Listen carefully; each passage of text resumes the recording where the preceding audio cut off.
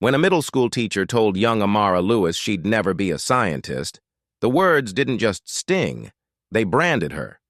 Years later, she walks back into the same school, not as a student, but as a surprise judge at the science fair. And the look on that teacher's face says it all. 12-year-old Amara Lewis stood at the front of the classroom, her hands slightly trembling as she adjusted the small trifold display she had spent 2 weeks perfecting. The title, "The Power of Plant-Based Batteries," was written in careful bubble letters, outlined in green. In front of her, a neat row of lemons, copper wires, and zinc nails powered a dim LED light, flickering proudly with her effort. She had rehearsed this presentation a dozen times in her bedroom, using a hairbrush as a microphone and her reflection as the crowd. But now, standing in front of 27 pairs of eyes and the teacher she had long admired, her voice wavered just slightly. "I wanted to show how fruits like lemons can produce electricity. It's not enough to power a house," she added with a soft smile. "But maybe one day—" Some of the kids leaned forward, genuinely intrigued. One even whispered, "That's kinda cool." But before she could finish, Ms. Turner, the science teacher with thick glasses and a sharper tongue, interjected with a chuckle that felt too loud for the quiet room. "Interesting concept, Amara," she said, stepping closer. "But let's be honest, not everyone's cut out for science. Sometimes it's better to focus on your strengths." The air shifted. Laughter didn't follow, but silence did. A heavy, suffocating silence. The kind that doesn't come from confusion, but from disbelief. Amara's smile faded slowly, like a candle extinguished. She glanced down at her project. The LED light was still flickering, but it felt dimmer now, smaller. Ms. Turner turned to the next student, already moving on. "All right, Jason, you're up." Amara stepped down, her head low, the poster board now feeling like a shield. She returned to her desk, trying to breathe through the burn rising in her chest. One of her classmates reached out to pat her arm, but she pulled away, blinking fast. She didn't cry. Not there, not then. But something inside her shifted, a thread pulled loose. That night at home, her project sat on the kitchen counter while she picked at her dinner. Her mom noticed immediately. "You okay, baby?" Amara shrugged. "She said I'm not cut out for science," she whispered. Her mother froze. "Who said that?" Amara shook her head. "Doesn't matter." But it did. Those 6 words would echo louder than applause. They would live in the back of her mind, lodged deep like a splinter. And though she didn't know it yet, one day they would be the very words she'd use to carve her way back, to light up a room much bigger than this one. By the end of the week, Amara's name was missing from the science club roster. It wasn't announced. There were no goodbyes. She just stopped showing up. At lunch, she sat farther from her usual group, earbuds in, tray untouched. Her friends noticed, of course they did. But whenever one of them leaned in to ask, "What's going on?" she shrugged and changed the subject. "Just busy." Needed a break. Wasn't that into it? But none of it sounded like her. Amara had always been the girl who stayed after school to tinker with wires, who asked for microscope slides for her birthday, who read science magazines while everyone else scrolled TikTok. She used to explain black holes with glitter in her eyes. Now she barely spoke. In her bedroom, the shelves once filled with models and experiment kits now sat undisturbed. Dust gathered in the corners of her curiosity. At home one evening, her mother was sorting laundry when she noticed something unusual, an odd bulge in the trash can beneath Amara's desk. She reached in and pulled out a crumpled mess of cardboard and torn copper wire. Lemon juice had stained the bottom. It took her a moment to realize what it was. The science project. Frowning, she gently unfolded the pieces, smoothing them out on the bed. The title was still visible, though smeared. The little light bulb was snapped off. When Amara came in minutes later, her face tightened. "What is this doing in the trash?" Amara froze. Her backpack slipped off her shoulder with a dull thud. "I messed it up," she muttered. "You spent 2 weeks on this." "I said I messed it up." Her mother narrowed her eyes, sitting on the edge of the bed. "Talk to me." Amara stood stiff in the doorway, arms folded tight across her chest. "Miss Turner said I wasn't cut out for science," she said, voice low, brittle. Silence followed. Then the soft inhale of a mother trying to stay calm for her child's sake. "She what?" She said it in front of everyone, like it was just a fact. Amara looked away, blinking hard. "So I quit." Guess she's right. Her mother stood slowly, crossing the room to kneel in front of her. "Baby, if someone hands you a box of lies, you don't have to carry it. You put it down." "But what if she's not wrong?" Amara whispered. Her mother reached for her hands. "Amara Lewis, you have more science in your pinky than most people have in their whole body. One person doesn't get to decide who you are." Amara didn't answer. But later that night, after her mother had gone to bed, she climbed out of her sheets and quietly uncrumpled the project again.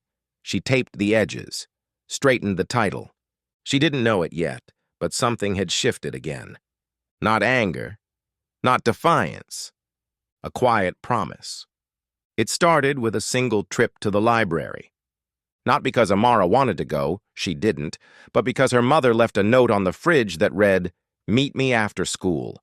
Bring your library card." Inside the quiet building that smelled like paper and dust, Amara wandered behind her mother until a familiar blue cover caught her eye. Women in STEM, hidden figures, real stories.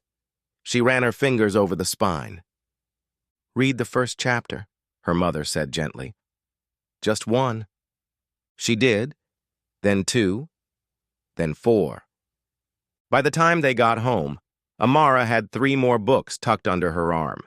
That night, while her classmates posted videos of dances and memes, Amara sat cross-legged on the floor with a notepad in her lap, scribbling down questions about neurons, jet propulsion, and hydrogen bonds. She didn't know where it was all going, but something in her had begun to thaw. The next weekend, her cousin Tasha came to visit. She worked at a pharmaceutical lab in Chicago and always smelled faintly of peppermint and hand sanitizer. Amara used to idolize her.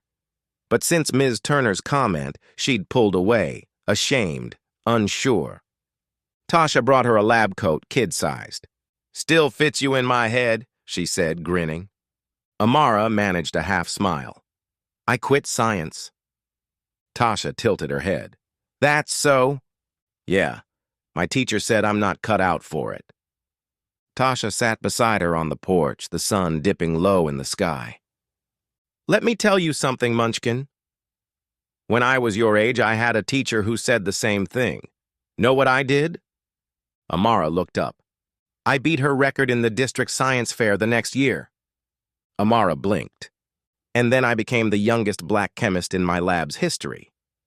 A pause. Then Tasha nudged her shoulder. "You got fire, Amara. It just needs air."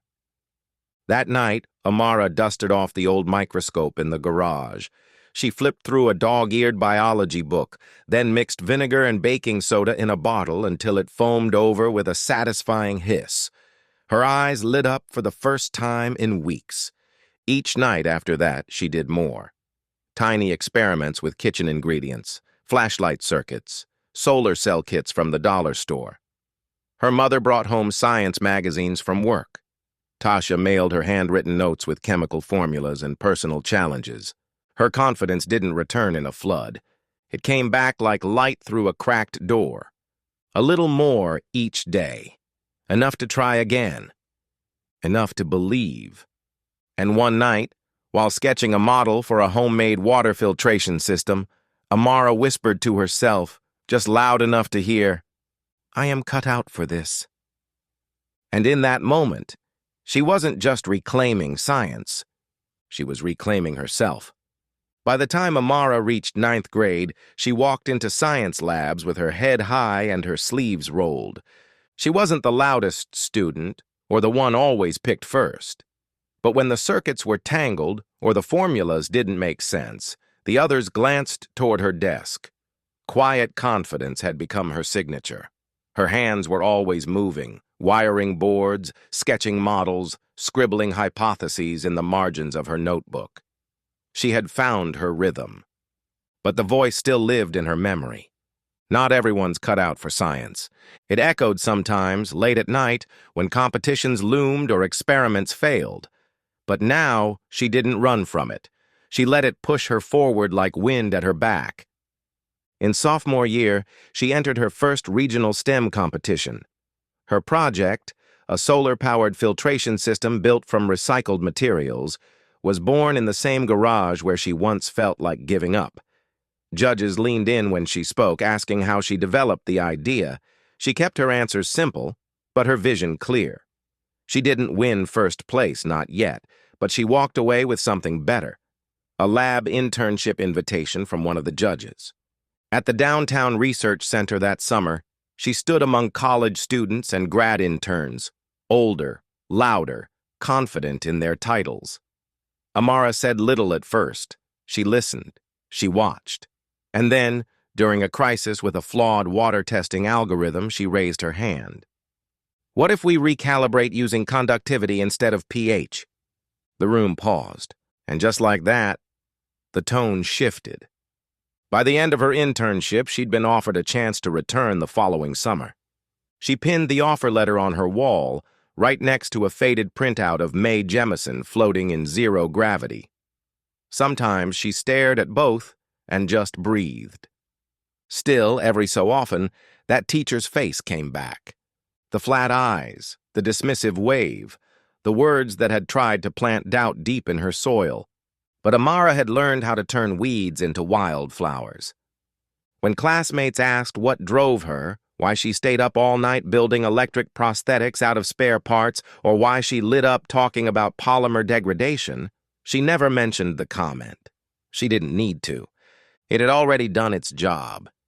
It had dared her to become undeniable, and each step she took beyond the limits someone else tried to draw, that was the real science, the kind measured not in test tubes, but in defiance.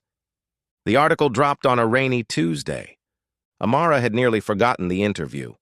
It was brief, just a few questions from a science journalist who'd heard about her breakthrough work on biodegradable microplastics.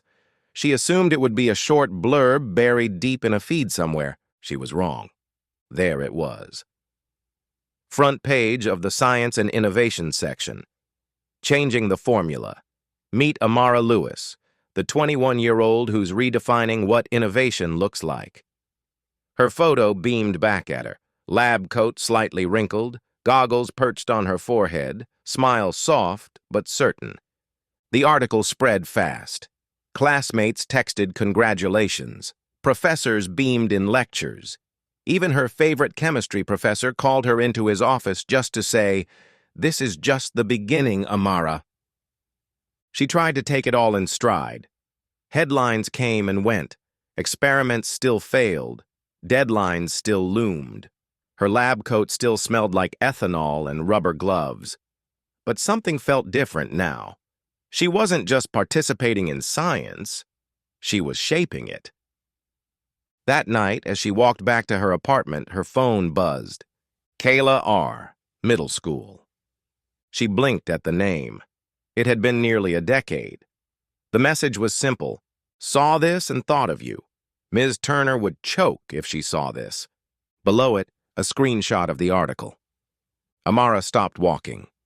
For a moment, the world narrowed to the glow of her phone screen, the soft patter of rain against her jacket, and a single name. Ms. Turner. She hadn't spoken it aloud in years, hadn't needed to. The sting of that moment, of 12-year-old Amara standing in front of a trifold poster, pride curling into shame as her teacher dismissed her effort, had long since been repurposed. It didn't burn anymore. It fueled. She stared at the message for a long time. A dozen possible replies floated through her mind, jokes, jabs, 100 "look at me now" one-liners. But none of them felt right. Instead, she just typed, "Guess I was cut out for science after all," and hit send. No mic drop, no fanfare, just a quiet smile as she tucked her phone away and kept walking. Because the truth was, she didn't need Ms. Turner to choke or apologize or even remember. She had remembered enough for the both of them. And every formula solved, every award earned, every step forward, that was her response. Not spite, proof. The call came on a quiet afternoon. Dr. Amara Lewis was hunched over a microscope in her lab, analyzing tissue scaffolding from her latest bioengineering prototype. Her assistant, Marcus, knocked lightly before entering, holding out her phone. "Sorry to interrupt, Doctor. Lewis, it's a call from Louisiana. Says it's your old school district." Amara raised an eyebrow, pulling off her gloves and taking the phone. "Hello?" The voice on the other end was warm but cautious. "Dr. Lewis, I hope I'm not catching you at a bad time. My name is Principal Deborah Vaughn. I'm with Eastview Middle School, your alma mater. We're organizing this year's regional science fair and, well, your name came up. Often." Amara's posture straightened slightly. She hadn't heard that school name in years, not since she'd quietly requested her records be transferred during high school. "We'd be honored," Principal Vaughn continued, "if you would consider serving as a guest judge. You've been such an inspiration to so many of our students, especially young girls in STEM. I know the kids would benefit from seeing someone who walked their same hallways." There was a pause. Amara could hear the hum of her lab behind her, the gentle whir of the air filter, the distant buzz of machines. But in her mind, she was already back in that classroom. The one with the warped windows and that one chipped globe.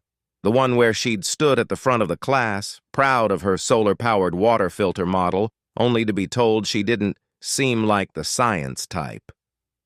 She swallowed the memory and smiled. "I'd be honored to judge," she said softly. "Thank you for thinking of me." The principal's relief was audible. "Wonderful. We'll send you the full schedule and travel details. The fair's in 2 months." After hanging up, Amara sat for a moment, staring at her reflection in the dark glass of the lab window. Her curls were tucked beneath a head wrap. Her lab coat bore her name embroidered in blue script. She had published papers in peer-reviewed journals, spoken at global summits, patented medical devices. But the thought of walking back into Eastview Middle School stirred something deeper than nerves. It stirred purpose. Not for revenge, for redemption. For the girl she used to be. And for the ones who would be sitting where she once sat, wondering if they were allowed to dream big. She stood, walked over to her calendar, and circled the date in red ink. 2 months. Time to go home. The gym smelled just like she remembered. A strange mix of floor polish, cafeteria leftovers, and anticipation. The echoes of sneakers squeaking on hardwood and folding chairs scraping against the floor rang out beneath the buzz of middle schoolers in their best clothes, hovering nervously by poster boards and glued-together models. Dr. Amara Lewis stepped through the double doors without fanfare. Her heels clicked softly as she walked past the sign-in table, her name already printed neatly on a judge's badge. She pinned it on with quiet precision. No entourage, no announcement. Just her, grown, grounded, and here on purpose. Brightly colored banners hung from the rafters. "Eastview Regional Science Fair, inspiring tomorrow's innovators." Students flitted between tables, making last-minute adjustments. Some clutched cue cards. Others stood wide-eyed beside bubbling volcanoes or solar-powered gadgets.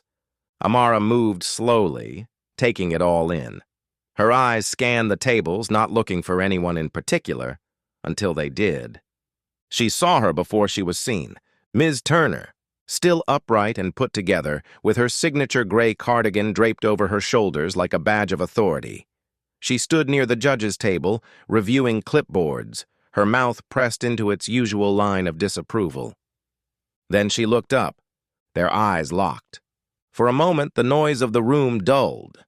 Ms. Turner froze. The clipboard in her hand dropped slightly. Her lips parted, but no words came. Amara didn't smile. She didn't frown either. She simply nodded. Recognition flickered behind Ms. Turner's eyes. A flicker that grew into disbelief, and then something else. Discomfort, maybe. Unease. Amara walked past her, calm and composed, her badge now fully visible. Dr. Amara Lewis, guest judge. She didn't need to say a thing, but the silence between them said everything. Principal Vaughn appeared moments later, beaming.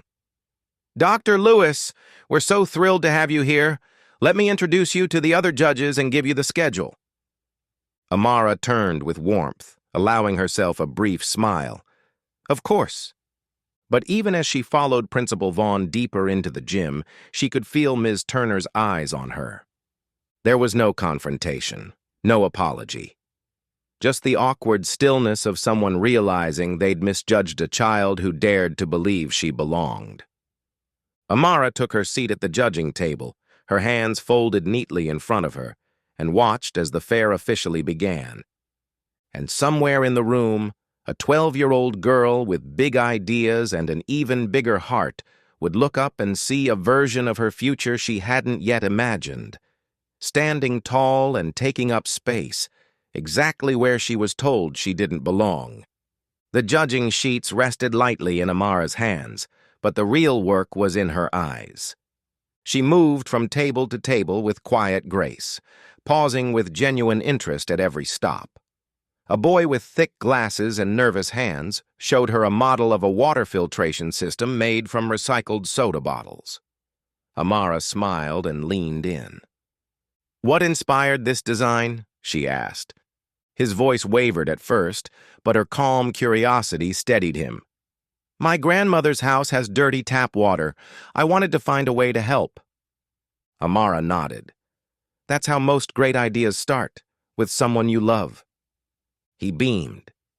At the next table, two girls demonstrated a plant-based battery that powered a small LED bulb. Amara asked detailed questions about the conductivity of the materials and their voltage efficiency. They answered eagerly, surprised that someone really wanted to understand, not just grade. More than once, students glanced toward their teachers as if to confirm that, yes, this poised woman in a tailored navy blazer really was the Dr. Amara Lewis, the one they'd seen on the posters by the gym entrance, the one from the article some of their parents had shared online. Amara didn't need to remind them who she was. Her presence did that for her. Across the gym, Ms. Turner lingered by the punch table, pretending to fuss with the napkins. She hadn't come near Amara once, not even a glance that lasted more than a second. But the gym had its own rhythm, its own way of closing circles. Amara stepped toward the final project, a solo display of a young black girl named Kaylin, standing nervously beside a model of an automated insulin pump made from basic electronics. I read about you, Kaylin said shyly, barely louder than a whisper.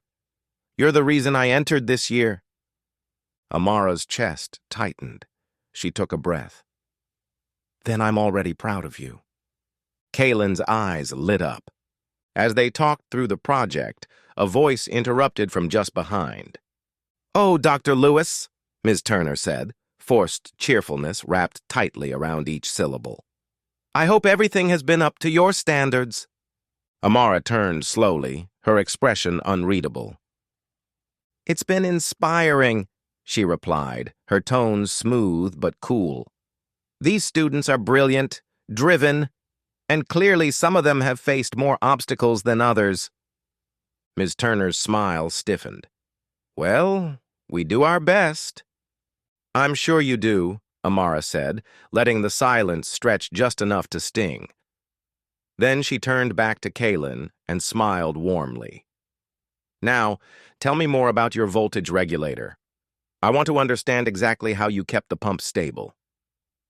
Ms. Turner stood awkwardly for a beat, then walked away, and Amara stayed right where she was, lifting someone else up, the way no one had done for her. The moment came with quiet tension, just a breath before everything changed. The gym had grown still, the chatter fading to silence as the lights dimmed slightly for the awards ceremony.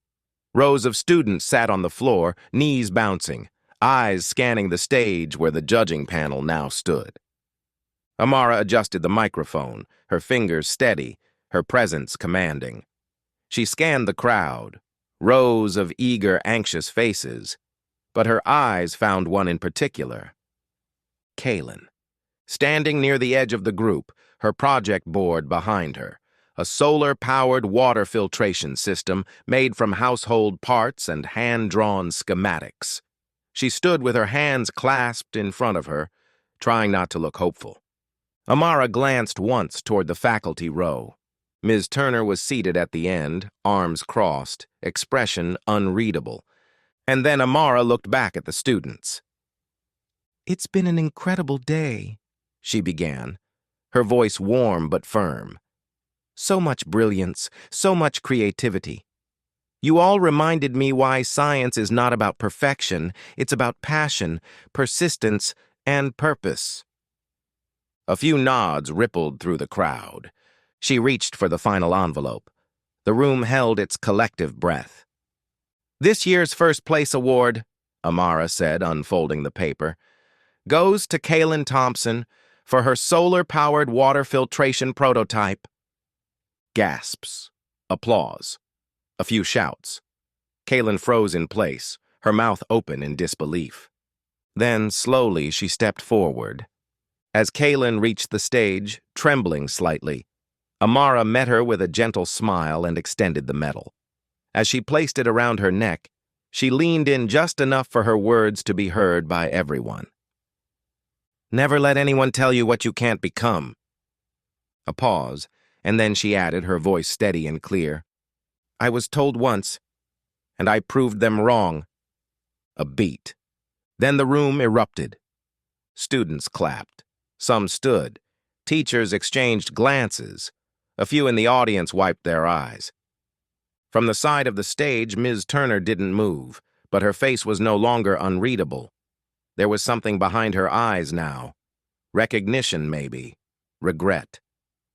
Kaylin looked up at Amara, wide-eyed. "You mean, someone said that to you?" she whispered. Amara nodded once. "More than once." Kaylin's grip on her medal tightened. She didn't say anything else. She didn't have to.